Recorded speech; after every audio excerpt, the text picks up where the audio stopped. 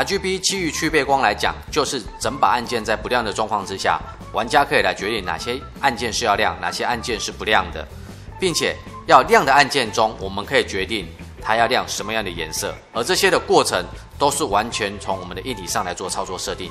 也就是说，我们不需要透过软体，也不需要担心说我们是装到什么样的系统，所以 Mac、Linux、手机，甚至任何的系统、任何的环境，我们都可以直接从硬体上来设定操作。在设定操作过程中，我们可以选择要设定 CM1 还是 CM2， 选下去之后就是该设定值进行做设定。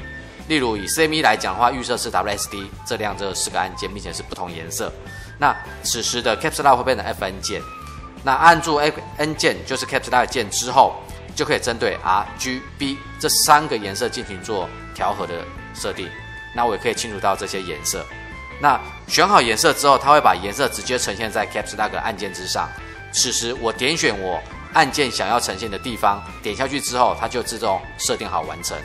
那在我设定好完成之后，我再点一下该按键，那按键就会熄掉。因此我在设定的过程中，我可以很轻松的将按键上的每颗按键设定成我们想要呈现的颜色。那在灯光效果呈现的部分的话来讲，CM1、CM2 各自呈现了2种的设定方式。第一种就是可以呈现玩家所想要的位置以及颜色。第二种会保留玩家想要的区域。那此时的按键颜色就是会变成循环的呼吸显示。那等让我们的灯光效果有不一样的看法、不一样的想法、观感。那最后在整体呈现来讲的话，我们的 CM1、CM2 是可以跟所有的环境灯光一起互相呈现，其中 CM1、CM2 的优先权是最高的。例如影片中来讲，我们可以让 CM1 开始做循环呼吸， CM2 可能做指定的颜色的亮光。